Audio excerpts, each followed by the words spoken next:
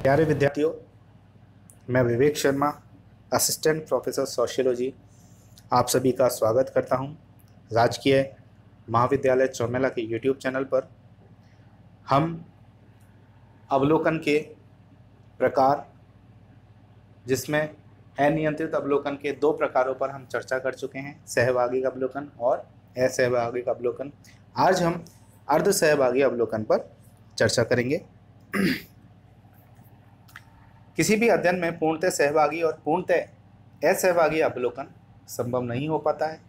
इसलिए ही गुडे एवं हार्ट दोनों के मध्यवर्ती मार्ग के रूप में अर्ध सहभागी अवलोकन का सुझाव देते हैं, जिसमें दोनों के गुणों का समावेश होता है। वे लिखते हैं, व्यक्ति को किसी एक यानी कि सहभागी अथवा असहभागी के रूप को पूर्णतः अपनाने की अपेक्षा इन दोनों कार्यों की साथ साथ पूर्ति करना ही अधिक सुगम होता है।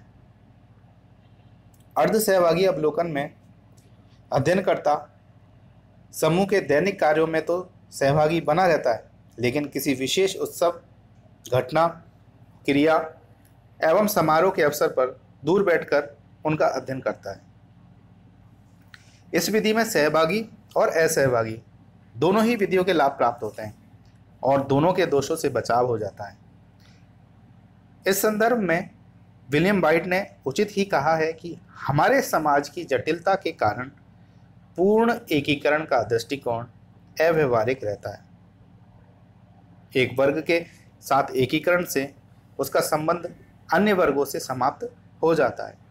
इसलिए अर्ध तटस्थ स्थिति बनाए रखना ही अधिक श्रेयस्कर होता है, जैसे सामाजिक उत्सवों में भाग लेना, गेंद फेंकना, खेलना, साथ साथ खाना पीना, और फिर भी यह स्थिति बनाए रखना कि तुम्हारा मुख्य उद्देश्य अनुसंधान है। इस अध्ययन विधि का उपयोग लिप्ले, लिंड एवं कई अन्य समाज वैज्ञानिकों ने किया।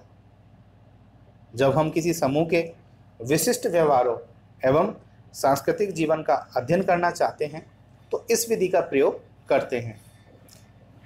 लोकगीतों एवं कथाओं, धार्मिक कर्मकांडों, उत्सवों, खेलकूद, जादुई क्रियाओं, मनोरंजन एवं सांस्कृतिक कार्यक्रम आदि के अध्ययन के लिए यह एक उपयुक्त विधि है। तो दोस्तों, अभी तक हमने अनियंत्रित अवलोकन के प्रकार, सहभागी अवलोकन, असहभागी अवलोकन और आज की वीडियो में हमने अर्ध सहभागी अवलोकन पर चर्चा की। अब हम अनियंत्रित अवलोकन के गुण दोषों पर चर्चा करेंगे। सबसे पहले हम अनियंत्रित अवलोकन के गुण या उसके लाभों पर चर्चा करते हैं। सामाजिक घटनाओं की प्रकृति ही कुछ ऐसी है कि उनका सदैव ही नियंत्रित अवलोकन संभव नहीं हो पाता। अतः स्वाभाविक स्थितियों में ही उनका अवलोकन करना होता है। पीबी यंग ने उचित ही लिखा है कि ऐसी जीवन की परिस्थितियां जिन्हें नियंत्रित तथा कृत्रिम दशाओं में अध्ययन किया जा सकता है, अपेक्षाकृत थोड़ी ही होती हैं। प्राय ही हमें उस समय अवलोकन करना पड़ता है जब वह संभव होता है तथा उसे वास्तविक सामाजिक एवं सांस्कृतिक परिस्थितियों में जिनमें घटना घटित हुई है अवलोकन करना पड़ता है। संभवतः इसी कारण से अनेक सामाजिक सिद्धांतों का निर्माण और दैनिक जीवन का ज्ञान अनियंत्रित अवलोकन का ही परिणाम है। अनियंत्रित अवलोकन किसी भी समुदाय के संपूर्ण जीवन के अध्ययन की सर्वोत्तम विधि है। गुडे एवं हार्ट प्राकल्पना की जांच में इसकी उपयोगिता का उल्लेख करते हुए कहते हैं कि अनियंत्रित अवलोकनों को किसी अनुसंधान योजना के प्रारंभिक स्तर पर संपन्न करना इसलिए महत्वपूर्ण बताया है कि इसके द्वारा किसी सूक्ष्म प्राकल्पना की भी क्षेत्रीय जांच की जा सकती है।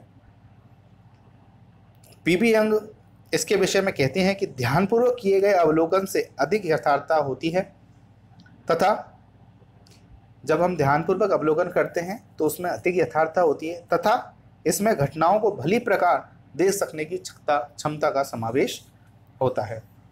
इसकी उपयोगिता को प्रकट करते हुए मोजर कहते हैं कि क्योंकि इस प्रकार संकलित तथ्य, प्रतिष्ठा तथा स्मृति के प्रभावों से बचे रहते हैं, तथा इसमें प्रश्नोत्तरों जैसी विश्वसनीयता की कमी नहीं रहती। ये अधिक शुद्ध तथा सही होते हैं। अनियंत्रित अवलोकन के द्वारा घटनाओं को उनके वास्तविक घटना स्थल पर यथार्थता से देखा जा सकता है। इसमें अवलोकनकर्ता का प्रभाव अध्ययन पर नहीं पड़ता है। इसमें निष्पक्षता, वस्तुनिष्ठता एवं विश्वसनीयता बनी रहती है तथा इस विधि द्वारा परिवर्तनशील एवं गतिशील सामाजिक जीवन का अध्ययन भी संभव है। अब हम अनियंत्रित अवलोकन के दोष या उसकी सीमाओं पर चर्चा करेंगे। अनियंत्रित अवलोकन के दोष का उल्लेख करते हुए प्रोफेसर बर्नार्ड कहते हैं कि आंकड़े इतने वास्तविक एवं सजीव होते हैं और उनके बारे में हमारी भावनाएं इतनी दृढ़ होती हैं कि कभी कभी हम अपनी कल्पना शक्ति को ही ज्ञान का विस्तार समझ लेने की गलती कर बैठते हैं। इसके प्रमुख दोष ये हैं, इसमें अध्ययनकर्ता पर नियंत्रण न होने से त्रुटि की संभावना रहती है। इसमें ऐसे तथ्यों के संकलन की भी संभावना रहती है जिनका संबंध अध्ययन से नहीं होता। तथ्यों का लेखन अवलोकन के बाद में होने से त्रुटिपूर्ण लेखन तथा साथ ही तथ्यों के छूटने की भी संभावना रहती है। इसमें अवलोकनकर्ता को यह भ्रम पैदा हो जाता है कि वह समूह के बारे में बहुत कुछ जानता है, जबकि वास्तव में ऐसा नहीं होता। तो प्यारे बच्चों, आज हमने अनियंत्रित अवलोकन के एक और प्रकार अर्धसहभागी अवलोकन और साथ ही साथ अनियंत्रित अवलोकन के गुण दोषों पर चर्चा की। मैं उम्मीद करता हूं कि आपको ये बहुत अच्छे से समझ आए होंगे। मेरा वीडियो अंत तक देखने के लिए आप सभी का धन्यवाद।